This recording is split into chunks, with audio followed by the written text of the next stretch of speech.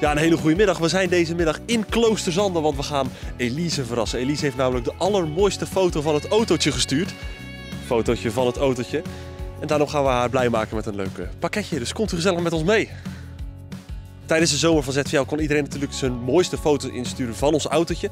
Daarmee zijn we heel Zeeuws-Vlaanderen doorgereisd en we hebben de leukste foto uitgekozen. En dat is de foto van Elise. En Elise die maakte een fotootje toen we in Ter Holen waren. En nu krijgt ze daarvoor een heel mooi pakketje. Nou, tijd om aan te gaan bellen. Hopelijk doet ze open. Gewoon een trap.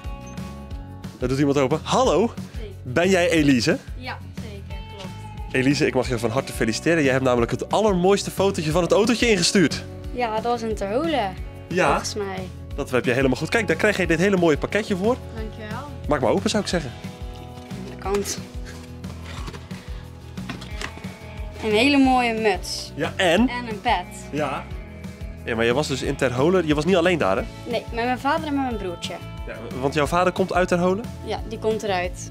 Dus je dacht, jullie zijn in de buurt, dus we komen gezellig langs. Ja, want we gingen daarna fietsen met mijn opa en oma. Nou, hij staat hartstikke goed, dat petje. Even dat mutsje ook nog op. Dan hebben we gelijk een compleet plaatje van het prijzenpakket natuurlijk. Nou, kijk eens aan. Nog beter. En, hoe zit het? Het is heel lekker. Kijk. En zo ziet u het maar, dames en heren. Meedoen aan winacties bij Omroep ZVL loont. Want dit zijn de fantastische prijzen die je krijgt. Ben je er blij mee? Zeker, dankjewel. Van harte gefeliciteerd en geniet ervan. Dankjewel. Weer iemand blij gemaakt met hele mooie prijzen van Omroep ZVL. Wil je ook kans maken op dat soort mooie prijzen? Speel er de volgende keer ook weer met een leuk spelletje. Of misschien wel bij een volgende zomer van ZVL. Wie weet het. Graag tot de volgende!